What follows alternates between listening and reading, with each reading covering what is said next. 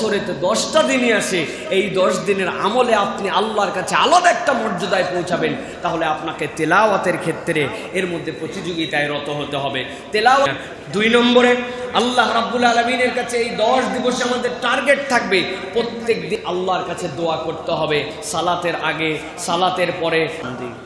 3 নম্বরে আমাদের জন্য আমল হবে, এই 10 দিন পারলে 10 দিনই আমরা সিয়াম পালন করতে পারি। এই 10 দিনের মধ্যে যে সোমবার আর বৃহস্পতিবার যে আরাফার দিবস, এই 3টা রোজা যেন কোনোভাবে আমাদের ছুটে না যায়, পারবো। 4 নম্বরে কিয়ামুল লাইল, আমরা রাত্রেবেলা শেষ রাত্রে ওঠার চেষ্টা করতে হবে।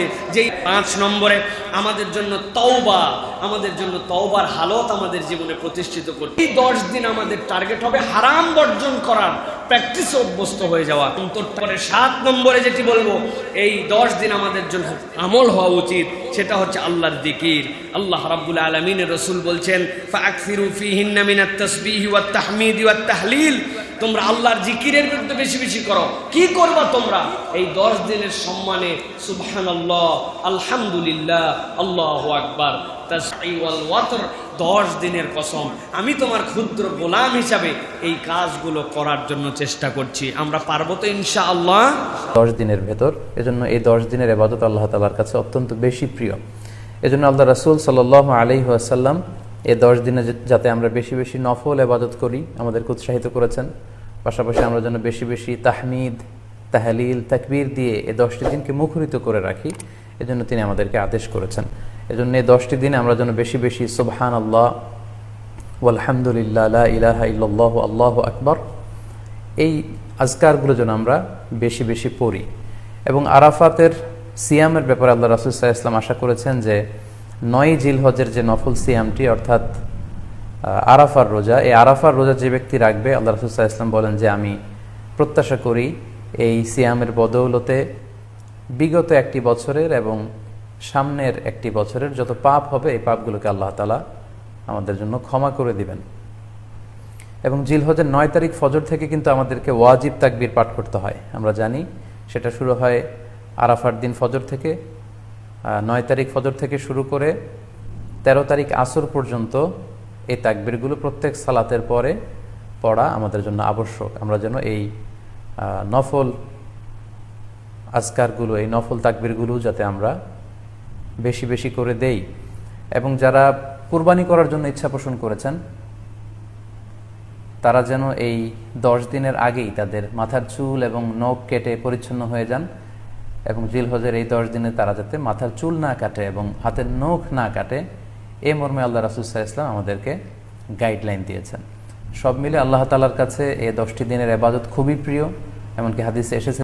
তাই আমাদের সাধ্যমতো আমরা যেন বেশি বেশি নফল ইবাদত করি। আমরা যেন সুযোগ হলে পুরো 10 দিন ব্যাপী আমরা চাইলে নফল সিয়াম রাখতে পারি, আমরা বেশি বেশি কোরআন তেলাওয়াত করতে পারি। বিশেষ করে তাহমিদ, তাহলিল এবং তাকবীর, আলহামদুলিল্লাহ, লা ইলাহা ইল্লাল্লাহ, আল্লাহু আকবার, এই জিকিরগুলো এই দশকের প্রধান আমল হলো যে কোনো নেক আমলগুলো পরিমাণে বেশি বেশি করে করতে থাকা, রুটিন কাজগুলোকে বিশেষ গুরুত্বের সাথে করা, ভালো কাজগুলোকে, আর মন্দ কাজ থেকে অন্য যে কোনো সময় থেকে বেশি বেঁচে থাকার জন্য আপ্রাণ চেষ্টা করা, যেন মন্দ কাজগুলো, গুনাহের কাজগুলো যেন এই দশকে অন্তত না হয়, এ দর্শক সম্মানার্থে। তৃতীয়ত বেশি বেশি আল্লাহর জিকির করা, স্মরণ করা।